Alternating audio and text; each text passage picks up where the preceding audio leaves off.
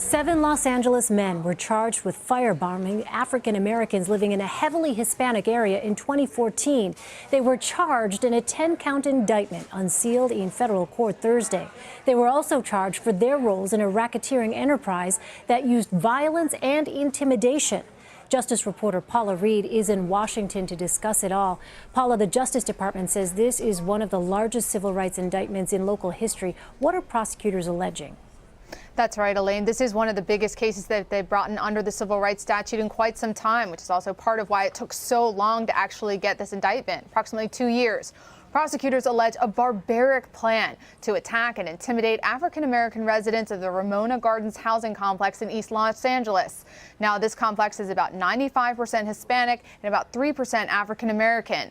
First, this group started with threats, and then they moved on to firebombs. And Elaine, they say this was a very sophisticated plot. They purchased disguises, gloves, bomb-making materials, and then they divided themselves into 2 teams, and everybody had a very specific task. One person, his job was to break the windows. The next person would light the firebomb, and the final guy would throw the firebomb inside the residence. They were even savvy enough to leave their cell phones behind to avoid being able to be traced by law enforcement. So disturbing. These men, Paula, I understand, were also charged with racketeering, and the indictment says that families, including children, were among the victims. What can you tell us about that?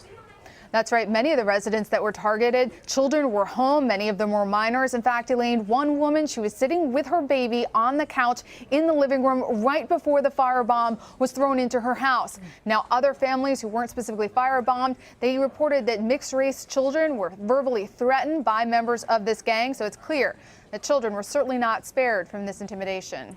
Do we know, Paula, has this gang been on law enforcement's radar before?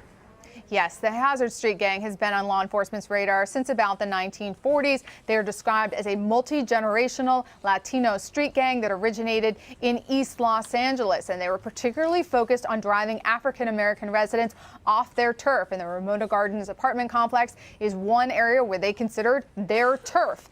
Now, these 7 men face between a life sentence and 100 years in prison.